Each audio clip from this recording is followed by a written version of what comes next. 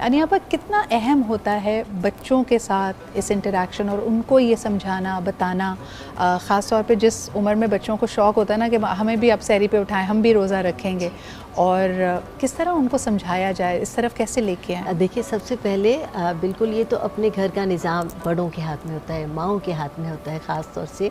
और जहाँ अल्हम्दुलिल्लाह हम मुसलमान हैं और हमें बचपन से ही अपने बच्चों को तरग़ीब देनी चाहिए और दिन का ऐसा शेड्यूल बनाना चाहिए कि जिससे पता चले कि हमारे बच्चे नमाज के पाबंद हो जाए। स्कूल से आते ही सबसे पहले उन्हें वज़ू कराएं और बेटे आज तुम जल्दी से नमाज़ पढ़ लो ज़ुहर की, और नमाज पढ़ने के बाद हम आम दिनों में ये कहते हैं ना, आज तुम्हारी पसंद का खाना बनाया है, आज ये करेंगे, आज इस तरह करेंगे, और देखो अगर तुमने खाना जल्दी से खा लिया हम तुम्हें ये इनाम भी देंगे। आज तुम्हारी पसंद की चीज़ नहीं बनी, लेकिन हम आज तुम्हें, अगर तुमने ये खाना खा लिया तो तुम्हें ये इनाम देंगे, इससे तुम्हारा कंपनसेट हो जाएगा। हाँ। और रमज़ान में ख़ास तौर से जब सहरी का एहतमाम होता है तो वो बच्चे जो रोज़ा रखने के काबिल हैं, लायक हैं, तो उन्हें उठाया जाए। हाँ। और वो बच्चे जो रोज़ा रखने के अभी काबिल नहीं हुए, जब सहरी में उनको हम उठाते हैं और सहरी करवाते हैं तो वो राग़िब होते हैं, अपने दीन की तरफ राग़िब होते हैं। अब जैसे मेरे छोटे छोटे पोते हैं, तो बड़े वाले ने आज रोज़ा रखा और उनमें से एक जो 8 साल का है उसने पिछले साल एक रखा था, आज रोज़ा रखा और कह रहा है मम्मा इस बार मैं पूरे रखूँगा। और 2 छोटे थे, वो आज सुबह उठ के इस कदर रोए हैं कि हमें रोज़ा आप रखवाएंगी।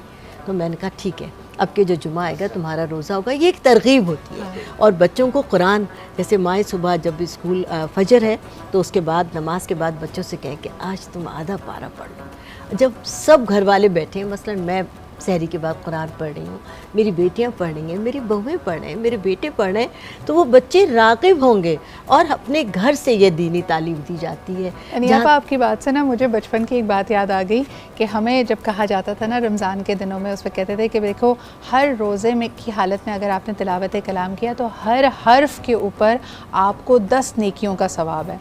तो आई डोंट नो, हम बच्चों का जो जहन होता है, हम छोटी छोटी आयतें पढ़ के 30वां पारा पढ़ के उसको ख़त्म करके फिर हम अपनी तरह से कैलकुलेट करने की कोशिश करते थे। बिल्कुल, अल्लाह मियां ने कितनी सारी नेकियां हमारे, बिकॉज वो एक गेमिफिकेशन जो होती है ना बच्चों के जहन में उसी तरह होती है। आज सुबह का मैं आपको वाक़या बताऊं, आज सुबह जब हम सहरी कर रहे थे तो जैसे आपने कहा कि घर में जितने छोटे बच्चे हैं उनका बड़ा इंटरेस्ट था, तो मेरा भांजा 3 साल का था, समहाउ वो भी उठ गया, तो आके बैठा, तो सारे ने कहा कि भाई हमने तो रोज़ा रखना है, तो तुम क्यों यहाँ पे हो, तुम क्या करोगे? कहता है you will have a roza, I will have a noza, that means no roza. बच्चों की अपनी बड़ी क्यूट बातें होती हैं, they really get you started on that. हम एक छोटा सा ब्रेक लेते हैं, वापस आएंगे, और ब्रेक पे जाने से पहले एक दफ़ा फिर असद से मैं दरख्वास्त करूँगी कि एक बहुत ही प्यारी हमसे आपने आगाज़ किया, अब नात की तरफ जाएंगे, लेकिन तमाम मेहमानों का शुक्रिया। डॉक्टर आयशा हमारे साथ थी, रानी आपा हमारे साथ थी,